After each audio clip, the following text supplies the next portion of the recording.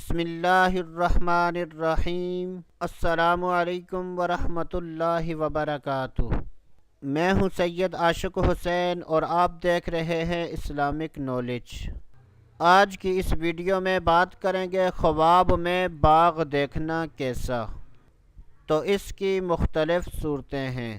حضرت سیدنا دانیال علیہ السلام نے ارشاد فرمایا کہ اگر کوئی شخص خواب میں باغ دیکھے تو یہ اس بات کی دلیل ہے کہ وہ شخص شادی کرے گا، اور اگر دیکھے کہ وہ باغ کو پانی دے رہا ہے تو یہ اس بات کی دلیل ہے کہ وہ اپنی عورت سے جماع کرے گا۔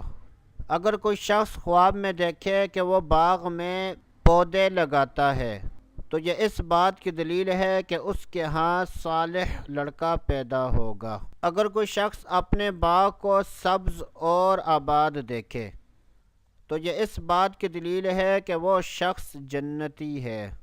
اگر کوئی شخص اپنا باغ دیکھے یا یہ دیکھے کہ اس کو کسی نے باغ دیا ہے اور اس باغ کے میوے کھاتا ہے تو یہ اس بات کی دلیل ہے کہ اس شخص کو مالدار عورت ملے گی۔ اللہ عز و جل سے دعا ہے کہ اللہ عز و جل ہمیں اچھے خواب دیکھنے، برے خوابوں سے بچنے کی توفیق عطا فرمائے۔ تو دوستو ابھی کے لیے اتنا ہی، اگلی ویڈیو تک اجازت، اللہ حافظ۔